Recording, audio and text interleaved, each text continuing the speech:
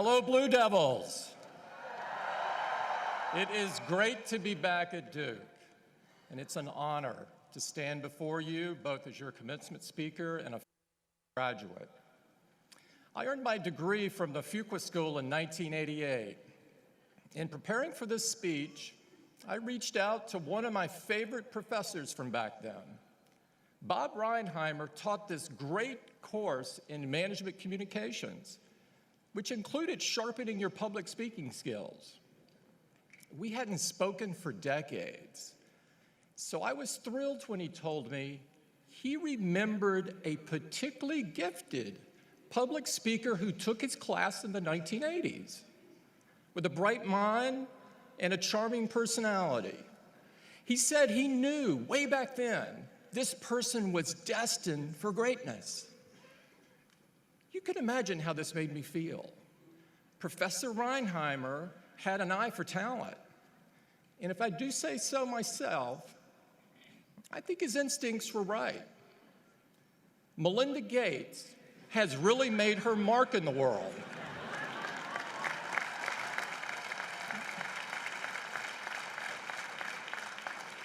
I'm grateful to Bob and Dean Boulding and all of my Duke professors. Their teachings have stayed with me throughout my career.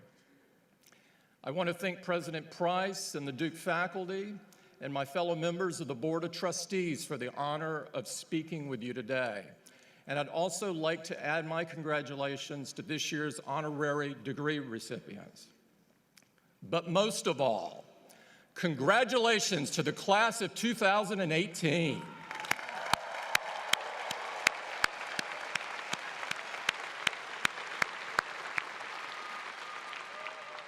Now, no graduate gets to this moment alone. I want to acknowledge your parents and grandparents and friends that are here cheering you on, just as they have every step of the way. Let's give them our thanks.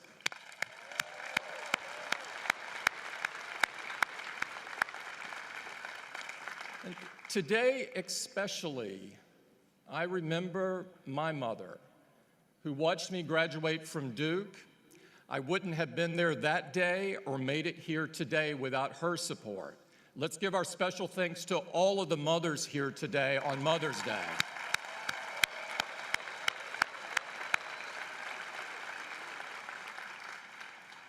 I have wonderful memories here, studying and not studying, with people I still count as friends to this day, cheering at Cameron for every victory, cheering even louder when that victory is over Carolina.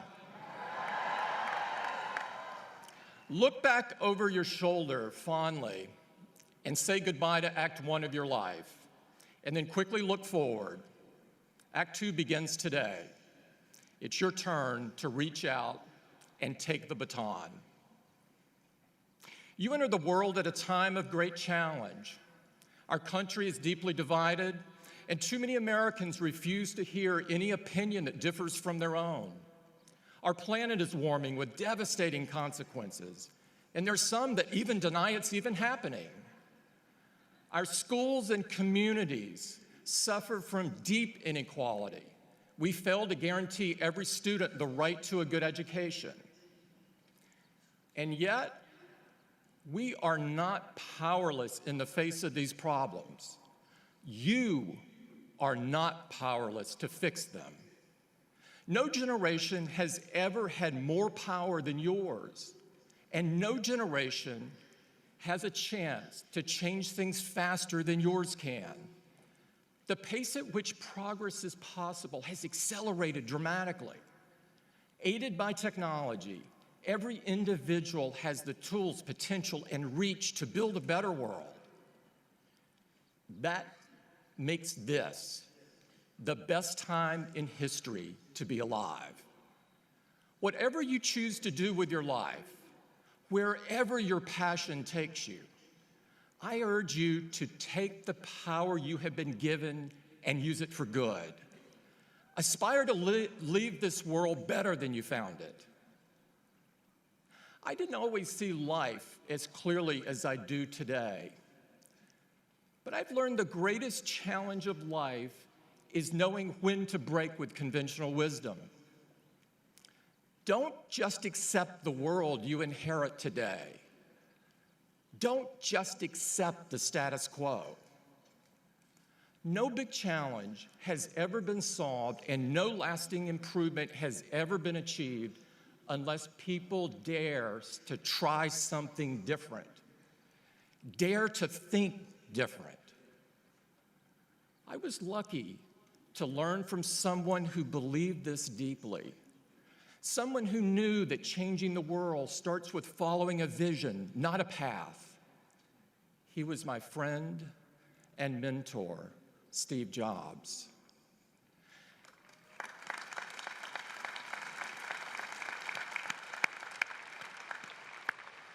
Steve's vision was that great ideas comes from a restless refusal to accept things as they are. And those principles still guide us at Apple today. We reject the notion that global warming is inevitable. That's why we run Apple on 100% renewable energy. Thank you. We reject the excuse that getting the most out of technology means trading away your right to privacy. So we choose a different path, collecting as little of your data as possible, being thoughtful and respectful when it's in our care, because we know it belongs to you. In every way, at every turn, the question we ask ourselves is not what can we do, but what should we do? Because Steve taught us that's how change happens. And from him, I learned to never be content with the way that things are. I believe this mindset comes naturally to young people, and you should never let go of this restlessness. So today's ceremony isn't just about presenting you with a degree. It's about presenting you with a question. How will you challenge the status quo? How will you push the world forward? 50 years ago today, May 13th, 1968, Robert Kennedy was campaigning in Nebraska and spoke to a group of students who were wrestling with that same question. Those were troubled times too. The US was at war in Vietnam.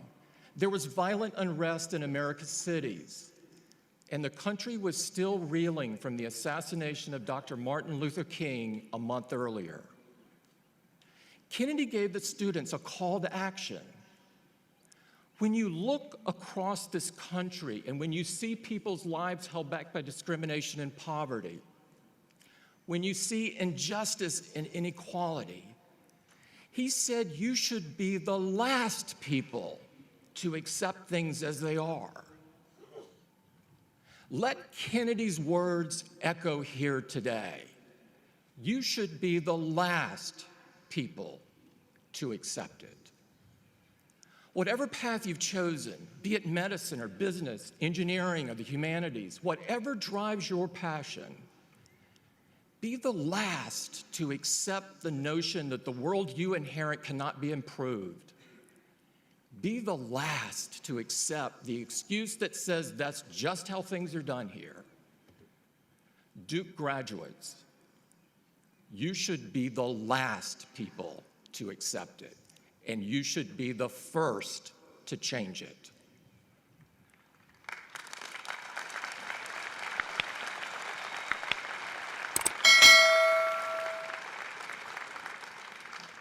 The world-class education you've received, that you've worked so hard for, gives you opportunities that few people have. You are uniquely qualified and therefore uniquely responsible to build a better way forward. That won't be easy. It will require great courage. But that courage will not only help you live your life to the fullest, it will empower you to transform the lives of others. Last month, I was in Birmingham to mark the 50th anniversary of Dr. King's assassination. And I had the incredible privilege of spending time with women and men who marched and worked alongside him. Many of them were younger at the time than you are now. They told me when they defied their parents and joined the sit-ins and the boycotts, when they faced the police dogs and the fire hoses, they were risking everything they had, becoming foot soldiers for justice without a second thought.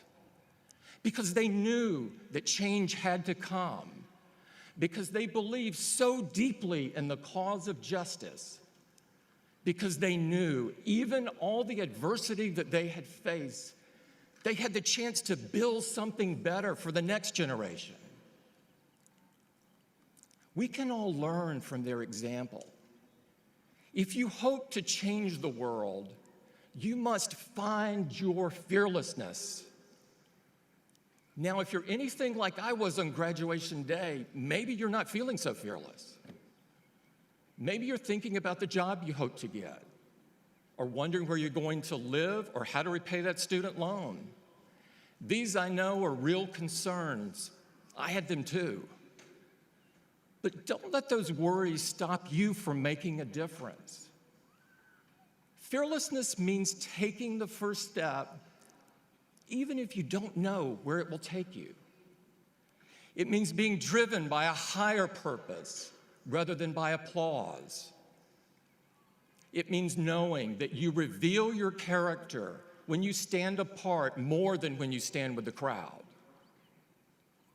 If you step up without fear of failure, if you talk and listen to each other without fear of rejection, if you act with decency and kindness, even when no one is looking, even if it seems small or inconsequential, trust me, the rest will fall into place. More importantly, you'll be able to tackle the big things when they come your way. It's in those truly trying moments that the fearless inspire us. Fearless, like the students of Parkland, Florida, who refuse to be silent about the epidemic of gun violence and have rallied millions to their cause.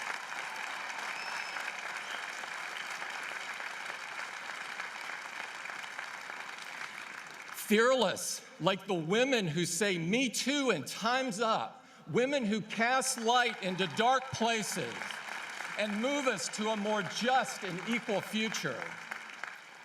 Fearless, like those who fight for the rights of immigrants, who understand that our only hopeful future is one that embraces all who want to contribute. Duke graduates, be fearless. Be the last people to accept things as they are, and the first people to stand up and change them for the better. In 1964, Martin Luther King Jr. gave a speech at Page Auditorium to an overflow crowd. Students who couldn't get a seat listened from outside on the lawn. Dr. King warned them that someday we would all have to atone not only for the words and actions of the bad people, but for the appalling silence and indifference of the good people who sit around and say, "Wait on time."